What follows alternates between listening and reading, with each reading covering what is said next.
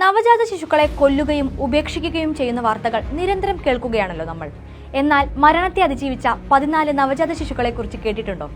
Miracle babies എന്നാണ് അവർ അറിയപ്പെടുന്നത്. 1985 September 19 Mexico സിറ്റിയെ തകർത്ത ഭൂകമ്പത്തിൽ 10,000-ഓളം ആളുകളാണ് മരിച്ചത്. ദശാബ്ദങ്ങളിലെ ഏറ്റവും വലിയ പ്രകൃതി ദുരന്തമായിരുന്നു അത്. മെക്സിക്കോയിലെ ചിൽഡ്രൻസ് ഹോസ്പിറ്റൽ ജുവാരസ് ഭൂകമ്പത്തിൽ വീണു. ഒരാഴ്ചയോളം നീണ്ടുനിന്ന രക്ഷാപ്രവർത്തനത്തിനൊടുവിൽ 14 നവജാത ശിശുക്കളെയാണ് മണ്ണിനടിയിൽ നിന്ന് ഒരു പോറൽ പോലും ഏൽക്കാതെ രക്ഷിക്കാനായത്. അമ്മയുടെ സാന്നിധ്യമോ അമ്മിഞ്ഞപ്പാലോ എന്തിന് ഒരു തുള്ളി വെള്ളം പോലും കിട്ടാതെ ഒരാഴ്ചയോളമാണ് 14 ശിശുക്കളും അതിജീവിച്ചത്. 14 കുഞ്ഞുങ്ങളുടെയും അമ്മമാർ ഭൂകമ്പത്തിൽ മരിച്ചുപോയിരുന്നു. പിന്നീട് ഹോസ്പിറ്റൽ അവരെ ദത്തെടുത്ത് വളർത്തി. ഇപ്പോൾ ഏകദേശം 40 വയസ്സോളം പ്രായമുള്ള അവരുടെ വിവരങ്ങൾ സ്വകാര്യത മാനിച്ച് അധികൃതർ പുറത്തുവിട്ടിട്ടില്ല. മരണത്തെ അതിജീവിച്ച ആ 14 നവജാത ശിശുക്കളെയും ലോക ചരിത്രം മിറാക്കിൾ ബേബീസ് എന്ന് വിശേഷിപ്പിച്ചു.